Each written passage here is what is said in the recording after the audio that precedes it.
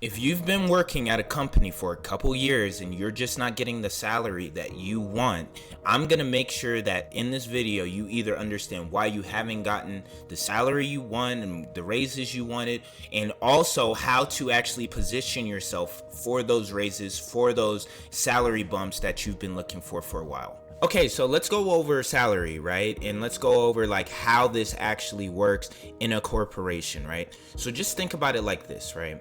You are the manager. You're the person that's going to be in charge of those promotions, those bonuses, those things of that nature.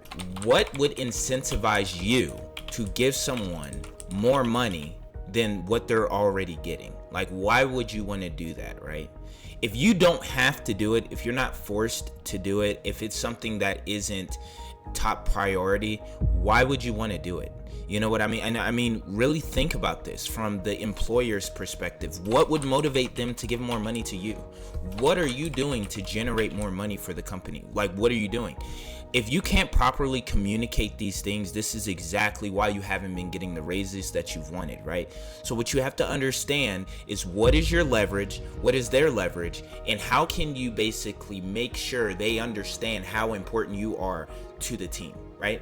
So just let's kind of walk through this, right? Let's say you work as a data analyst and it's a position that is not really that technical. It can, you can train someone on it. You go up to this employer and you say, hey, I want a 10% raise instead of a 5% raise this year. In their head, they're thinking, why would I give them another extra 5%? What would motivate me to do that, right? Just think about it. What would motivate them to do it? If you can walk them through clearly and precisely how much you're affecting the actual team and you can quantify it, then they might be more prone to doing it. So instead of directly asking for a 5%, 10% raise, what you should really do is take a more indirect approach and kind of probe a little bit. Just say, hey, I'm curious to know, how is our team viewed? How is my role viewed? And what does my role specifically help you guys out with? Because that's going to help you map out what's valuable in their head, not yours. And this is typically the problem that most people have when they're struggling to get a salary bump. They're directly asking their employer, I need a 10% raise or I need a higher raise, and they're directly asking, so it forces an answer, which is, oh, well, we'll see. You're forcing them into a position that they don't want to be, so they're never going to give you like the, oh yeah, sure, I'll give you a raise. What you have to do is first map out what is actually important to that employer. Is it this task you've been doing it every week since you've worked there? Let's say you've worked at this company for 3 years. You've been doing a task to research data for the company. You've been doing this every week, but that's not the most valuable thing to them. It was how you worked on this massive project that helped provide a lot of insights for the company and where they might have been weak at. So that project, the way you performed on that project, helped save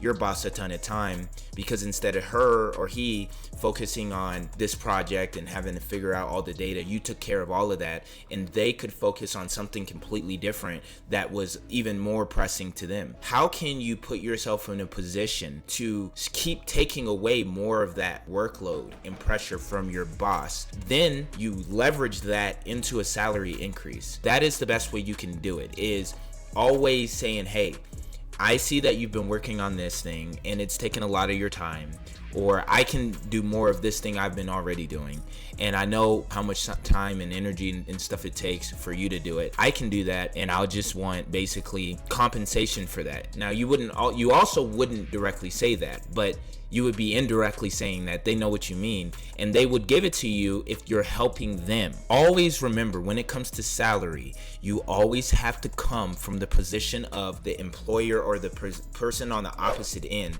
and understand why they would even want to help you to begin with. Because once you can negotiate from their perspective, walk them through why it's valuable to them, that is going to be the best way that you actually increase your salary. I do have more tips, and I'm going to be coming out with more videos on this stuff, but I just wanted to lay the groundwork for what you need to do if you're negotiating your salary.